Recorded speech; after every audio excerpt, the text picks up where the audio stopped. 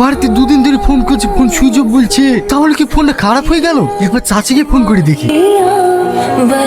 Hello চাচি, দুদিন ধরে তোমার বৌমাকে ফোন করছি, ফোন সুইচ অফ বলছে। তুমি ফোনটা লেগে একটু দাও না। এই রিয়াজ, বৌমাকে নিয়ে এত কেলেঙ্কারি হয়ে গেল, তুই কি কিছুই জানিসনি? না চাচি, আমি তো কিছুই জানিনি। কি হয়েছে? তোর বউ ওই পাড়া শাকিল মস্তানের সাথে পালিয়ে গেছে। তুমি কি বলছো চাচি? আমার বেশি হয়েছে না?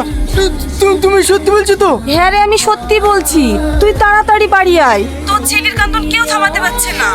আমি আজকে বাড়ি যাবো। আব্বা তুমি এসেছো? মা আমাকে দিয়ে চলে গেছে। ওইসব বাদ দে, বাচ্চাটা কিচ্ছু খায়নি, ওকে খাওয়ানোর ব্যবস্থা কর। তুমি কিছু খাওনি মধু? আগে কিছু খাও, তারপরে তোমার মায়ের কাছে নিয়ে যাবো। না আমি খাবো না, আমি আমার মায়ের সঙ্গে খাবো। তুমি আমাকে মায়ের কাছে নিয়ে চলো না। চলো। চলো না মা বাড়ি। ছাড় আমাকে, আমি তোর